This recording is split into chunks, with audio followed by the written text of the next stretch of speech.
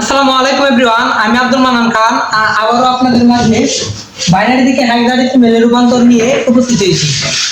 তো প্রথমে আমাদেরকে কোড সম্পর্কে জানতে হবে। তো কোডটি হচ্ছে 1 2 4 8 16 32 64 এইভাবে ধারাবাহিকভাবে ইনফিনিটি পর্যন্ত রয়েছে।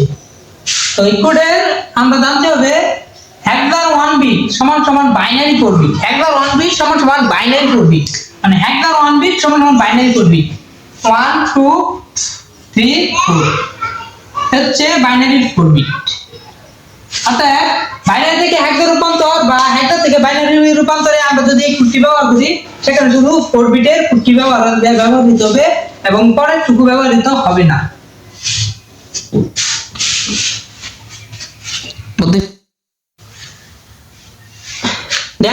এখন আমাদেরকে বাইনারি থেকে হেক্সাডেসিমেলে রূপান্তর করার জন্য একটি বাইনারি সংখ্যা প্রয়োজন, যেমন 110110। এটি একটি বাইনারি সংখ্যা, যাকে আমরা রূপান্তর করে 16 ভিত্তিক বা হেক্সাডেসিমেলে নেব। তো সেজন্য আমাদেরকে কোড দরকার, যেমন 1248 একটি কোড, 1248 একটি কোড, 1248 একটি কোড। আমরা যদি ধারাবাহিকভাবে করি, সমান সমান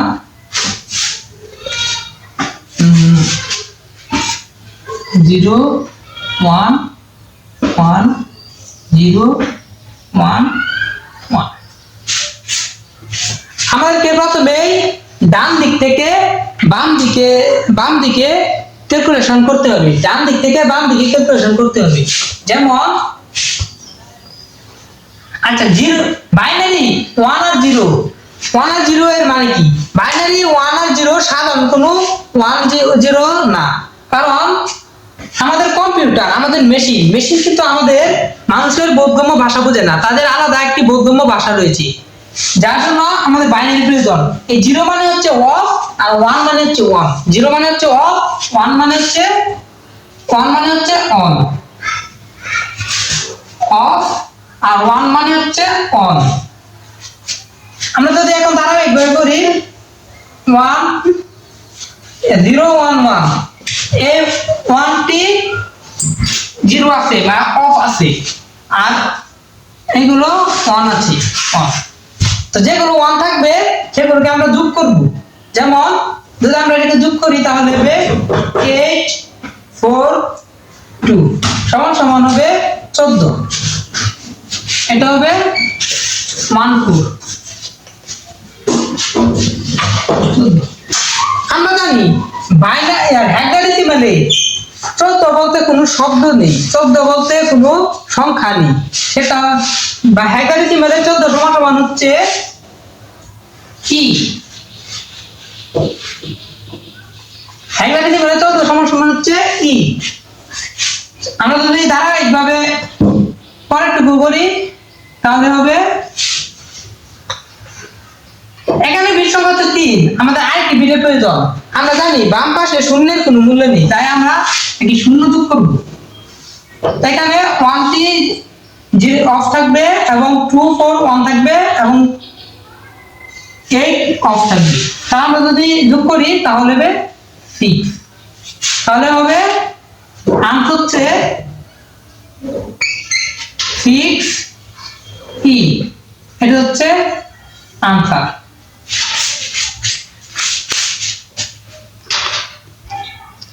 এভরিবডি, এতক্ষণ আমরা দেখছিলাম বাইনারি থেকে হেক্সাডেসিমেল রূপান্তর।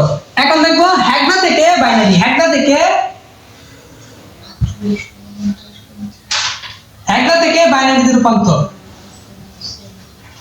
হেক্সা থেকে বাইনারিতে রূপান্তর। যার জন্য আমাদের প্রথমে একটি হেক্সাডেসিমেল বা 16 ভিত্তিক সংখ্যা প্রয়োজন। যেমন 37 একটি হেক্সাডেসিমেল বা 16 ভিত্তিক সংখ্যা, তাকে আমরা ট্রান্সলেট করে বা রূপান্তর করে বাইনারিতে নেব। আমরা যদি ধারাবাহিকভাবে করি,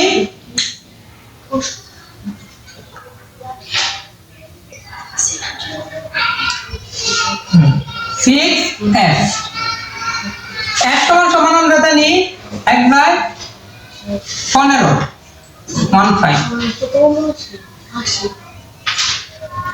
6 কে যদি আমরা করি 6 করার জন্য আমাদেরকে এখানে দেখতে হবে কোন সংখ্যাগুলো অন থাকে। আমরা জানি 0 মানে অফ আর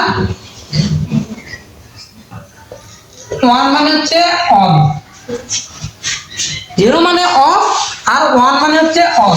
তাহলে আমরা দেখব 6 এর জন্য কোন সংখ্যাগুলো এখানে অন থাকে, যেমন 4 আর 2 আর 8 আর 1 অফ থাকে। এখানে হবে आंसर 0 1 1 0।